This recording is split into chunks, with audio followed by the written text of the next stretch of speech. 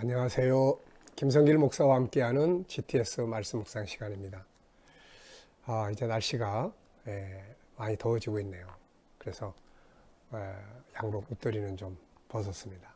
좀 가볍게 여러분들과 함께 묵상을 나누도록 하겠습니다. 계절이라는 것이 참 하나님의 창조의 섭리는 창세기 1장에서 말씀하신 것처럼 계절을 이루라 그러셨는데 어김없이 이렇게 이제 겨울, 봄, 여름, 가을 그러면서 또 한 바퀴 돌고 그러면서 세월이 흘러가고 있는 것 같습니다. 이 시간에는 두 번째 주간 묵상 3일차 내용입니다. 3일차는 뭐가 주제가 되고 있죠? 3일차는 숨겨진 비밀, 감추어진 어떤 내용들, 어떤 원인이라든지 배경이라든지 이런 것들을 이제 좀 더 깊이 생각을 해보는 묵상입니다. 말씀을 통해서 묵상하고 이것이 삶의 현장으로 가서 숨겨진 생활 속에 있는 어떤 것들을 찾아내고 업무 속에 들어있는 어떤 몰랐던 걸 찾아내고 아이들은 학업에 공부하는 과정 속에서 원인, 특징, 배경들, 분석 이런 능력을 길러가는 이게 이제 목표입니다. 그래서 신앙생활도 잘하고 삶도 아름답게 만들고 생활도 발전시킬 수 있는 그런 목표를 가지고 이 GTS 하나님의 보물선이라는 묵상집이 만들어졌습니다. 거기에 맞도록 여러분들이 잘 활용을 하셔서 삶에 큰 유익이 될 수 있기 바랍니다. 자, 이번 주 본문, 지난주 본문은 듣는 거였죠. 가정의 달을 맞이해서 인간관계를 회복하고 좋게 만들기 위해서 대화법. 그래서 지난 주간에는 우리가 듣는 부분, 하나님의 음성, 또 사람의 이야기, 그 속에 들어있는 깊은 사연. 그래서 본문 말씀이 잠언 18장 13절에 사연을 듣기 전에 대답하는 자는 미련하여 욕을 당하느니라 이런 말씀이었죠. 이번 주간에는 이제 공감하는 거예요. 공감, 좋은 말, 부드러운 말. 이제 상대방과 대화할 때 상대방이 막 화를 내고 있는데 거기다가 부채질하거나 기름 붓거나 이게 아니라 유순한 말. 그래서 잠언 15장 1절을 본문으로 정했습니다. 한 번 더 암송해 보시죠. 잠언 15장 1절. 유순한 대답은 분노를 쉬게 하여도 과격한 말은 노를 격동하느니라. 네, 한 번 더. 유순한 말은 분노를 쉬게 하여도 과격한 말은 노를 격동하느니라. 네, 그럼 이제 3일째 질문들을 한번 보도록 이렇게 하겠습니다. 3일차 질문. 자, 어제 실천했던 공감 능력 점검해 보기. 어떻게 어제 잘 보내셨나요? 많이 들어주셨고 또 유순한 말, 공감하는 말들 좀 해보셨나요? 의식하고 살아야 할 수 있습니다. 이게 의식되지 않으면은 못해요. 나중에 떠오르면 후회만 하게 되죠. 한번 체크해 보시고요. 두 번째, 본문 말씀을 암송해보고 가장 먼저 떠오르는 느낌. 유순한 말은 분노를 쉬게 하여도 과격한 말은 노를 격동하느니라. 노를 막 움직이게 하는 거죠. 뭐가 느껴지십니까? 저는 과격한 말이라는 것이 폭력적 언행이죠. 언사, 폭력적인 말. 비판적인 말, 무시하는 말, 이런 말들이죠. 막 성질내면서 쏟아내는 말들, 모욕하는 말, 이게 전부 다 과격한 언사들이에요. 대부분의 모든 문제는 말 때문에 생깁니다. 말 때문에. 자, 유순한 말, 세 번째 질문이에요. 유순한 말에는 어떤 말들이 있을까? 부드러운 말, 온유한 말, 유순한 말에는 우선 공감의 말, 맞장구 쳐주는 거죠. 맞아요. 그렇겠네요. 정말 속상하겠네. 네. 왜 그랬을까? 응? 너는 왜 그러니? 이게 아니라 맞아. 그 사람 왜 맨날 그래? 이런 거. 공감. 사실 이 부분 때문에 다툼이 일어나는 경우도 많죠. 너는 왜 이렇게 한 번도 내 말에 공감을 못 해주니? 네. 자, 그 다음에는 미안하다는 말, 사과의 말이죠. 네. 사과의 말. 죄송해요. 이 말 한마디면 분노가 팍 가라앉게 되는 경우가 많죠. 감사의 말, 고맙다는 말, 그 다음에 톤을 좀 낮추는 거예요. 이렇게 똑같은 말이라도 정말 미안해요 이 말하고 미안해요 미안하다니까 이 말하고 엄청 차이가 있는 거죠 이게. 그래서 톤을 낮추는 거, 인정해 주는 말. 자, 공감의 말 속에는 어떤 말들이 있을까? 그렇네요, 미안해요, 맞아요, 잘해볼게요, 네, 이런 거. 네 번째, 이런 말들은 왜 분노를 그치게 할 수 있을까? 이런 표현들을 쓰면 화가 났다가도 상대방이 정말 미안해요 그러면 뭐 괜찮아요 이렇게 할 수 있는, 이렇게 왜 이렇게 할 수 있을까? 이게 우리의 생각의 기능 자체가 하나님의 성품이 기본 바탕에 깔려 있기 때문에 그런 표현들이 나오면 하나님의 성품이 작동을 해요. 그러면 이게 평안해지는 거예요. 하나님의 성품은 이런 말들을 하면서 살도록 돼 있거든요. 미안해요, 고마워요, 그런 공감대 말, 이런 말들은 하나님의 성품의 말들이에요.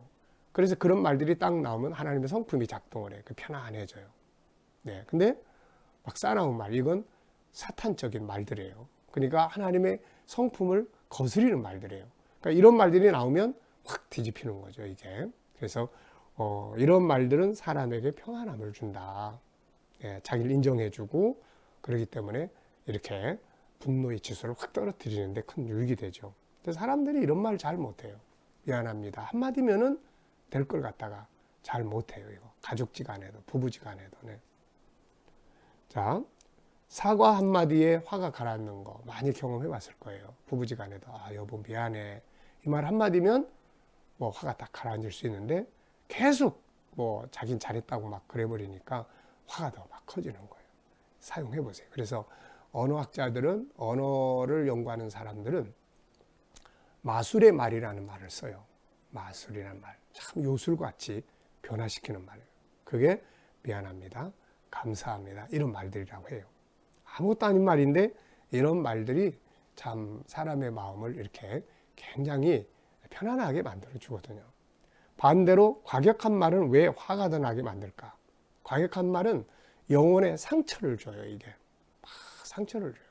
하나님의 성품은 온유하게 살도록 만들어졌거든요. 근데 이게 막 과격한 말들이 딱 들어오면은 이게 상처를 막 받아요. 상처를. 그래서 더 화가 나고 그렇죠. 자, 혹시 주변에 이런 사람들이 있는가? 공감을 잘해주는 사람이나 화가 나 있는데 더 화를 나게 만드는 사람들. 주변에 이렇게 보면은 뭐 싸우거나 이런 상황들이 이렇게 벌어지는 걸 옆에서 이렇게 지켜볼 때가 들어 있잖아요. 그러면 항상 보면 공감이 빠져 있어요. 부드러운 말이 빠져 있어요. 그래서 막 서로 그냥 네가 잘못했다고 그러고 나는 잘못 없다고 그러고 넌 왜 그 모양이냐 그러고 말이 1단계에서 2단계, 2단계에서 3단계 막 이렇게 올라가요, 이게. 네. 자, 이런 경우들이 많죠. 요즘 날씨도 자꾸 더워지고 가고 있는데 여름철일수록 불쾌 지수가 높다고 그러잖아요.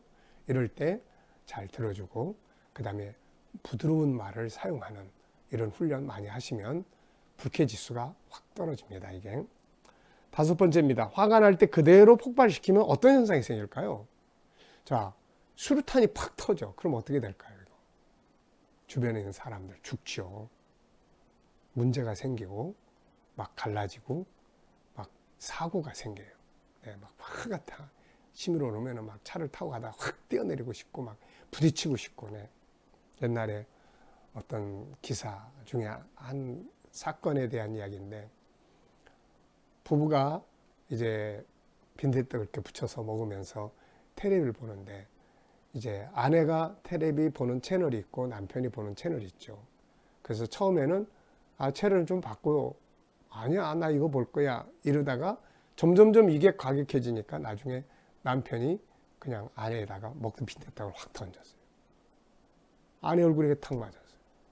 얼마나 막 화가 치밀어 올라요. 막 끓어오르는 이 화가 이걸 못 견뎌가지고 그냥 창문에 뛰어내려 버렸어요. 죽었죠. 순식간에 가정이 그냥 파탄이 돼버린 거예요. 이게 참 순간적 분노화. 일단 이거는 지내보고 나야 돼요. 이게 사람이 볼볼 끓어오르면은 어떤 일이 벌어질는지 이건 상상도 못합니다. 다 순간이에요. 순간. 순식간에. 네. 자, 화를 내는 것이 내 뇌에 어떤 영향을 미치게 될까? 화가 내 안에서 자꾸 습관이 되죠. 그러면은 이성을 잘 판단이 안 돼요. 이성을 판단하는 뇌가 전두엽이라고 하는데 이게 기능이 자꾸 마비돼요. 그래서 어떤 의사 선생님은 이 전두엽이 자꾸 축소된다고 그래요. 이게 자꾸 뇌가 쪼그라들어. 뇌가 자꾸 쪼그라들면서 이성적 기능이 약해지니까 결국 자꾸 잊어버려요. 그러니까 치매 현상이 온다는 거죠, 이게. 그래서 그분은 잠깐 지나가면 될 거를 못 참아가지고 계속 화내면서 뇌가 쪼그러지기를 원하느냐, 아니면 잠깐 참고 지나가면서 건강한 뇌를 유지하기를 원하느냐, 이제 이런 질문을 해요. 여러분 어떻게 하십니까? 네. 화내는 것이 습관화되면 어떻게 될까? 이게 습관화되면은 아무것도 아는 일에도 화를 내게 돼요. 항상 부정적으로 돼요. 그리고 불안정합니다. 이게 심리 상태가 항상 불안정해요. 뭘 봐도 짜증부터 나고, 뭘 봐도 부정적인 것만 보이고, 뭘 봐도 신경질적이고, 항상 폭발적이고 이렇게 돼요. 굉장히 이거는 안 좋은 거예요. 그래서 성경은 항상 우리에게 평안을 예비하라, 평안하게 하라.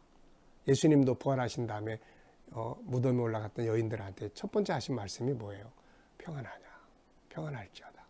부활하셔서 제자들 찾아오셨을 때도 평안할지어다. 평안이 그렇게 중요한 거예요. 평안함. 네.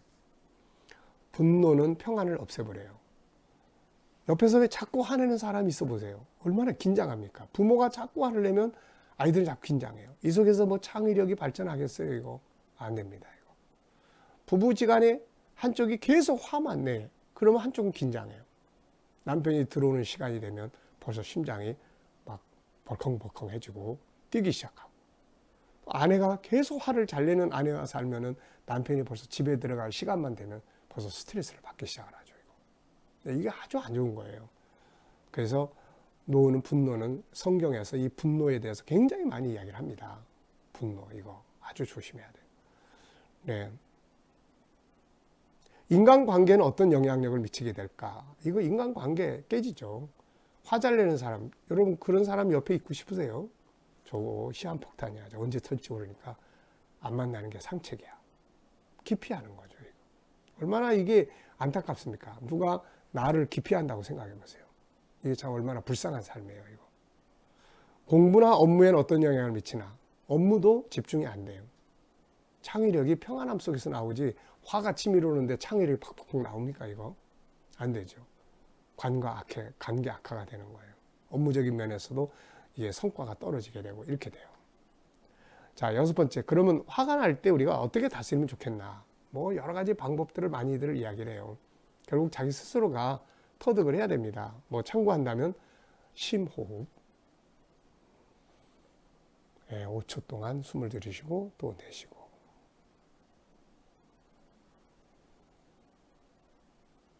그러면 이게 생각이 그쪽으로 가요. 감정이 그쪽으로 실려요. 목소리 더 낮추기. 네. 막 높이지 말고 화가 날수록 다 낮춰서 얘기하는 거예요. 숫자를 거꾸로 헤아려 본다든지. 막 화가 나면 100, 99, 98, 97, 96, 95. 왜 이걸 거꾸로 하냐면 거꾸로 해야 집중을 할 수가 있거든요. 또 참아. 호흡하면서 시간을 보내. 시간이 지나가면은 이게 괜찮아진단 말이에요. 이거. 좋았던 때 생각을 해. 네. 그리고 분노에 대한 하나님 말씀을 떠올려요. 묵상하는 거예요. 사람이 화를 내는 것이 하나님의 의를 이루지 못하느니라. 네. 분노를 품고 사는 자를 가까이 하지 말라. 뭐 이런 얘기. 나는 마음이 온유하고 겸손하니. 이거 자꾸 이런 걸 묵상해서 내 안에 떠올리게 해요. 이러면은 어느 정도 이게 그래도 조금 나아져요. 컨트롤 할 수 있어야 됩니다. 순간적 감정. 자, 공감 지수 어느 정도인가? 여러분들은 공감 지수는 어느 정도인가요? 맞장구 쳐주고, 미안하다고 잘 말하고, 감사하다고 잘 말하고, 또 높여주고, 이런 것들 어느 정도 하시나요? 이거 지수가 좀 높여야 됩니다. 이게 제로 상태, 0이다 그러면은 이거 심각한 거예요. 만나기만 하면 싸우게 되고. 네. 오늘 본문에서 희망의 요소가 있다면 무엇입니까? 오늘 본문 말씀, 유순한 대답은 분노를 시기하여도 과격한 말은 노를 격동하느니라.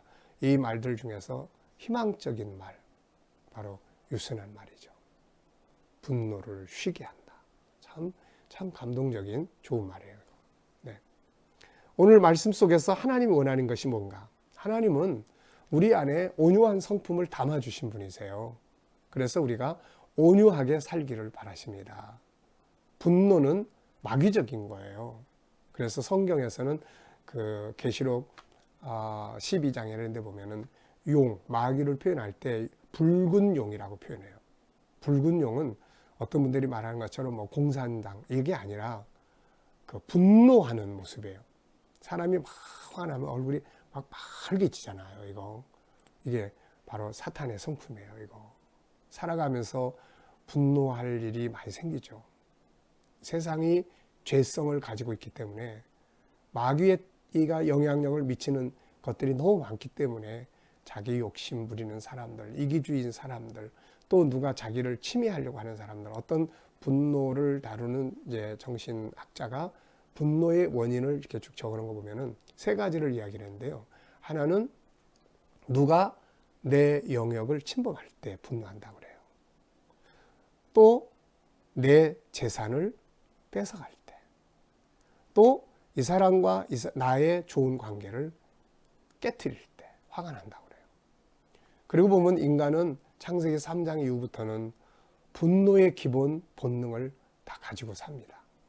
가인, 분노, 이런 거. 네. 사람을 죽이는 분노, 이런 거. 이걸 이제 우리가 다스려야 되는 거죠. 하나님 그걸 다스리라고 하셨어요. 네. 그래서 때로는 자기를 지키는 도움이 될 수도 있어요. 이게. 그러나 표현하는 데 있어서 폭발시켜버리면 같이 죽는 거예요.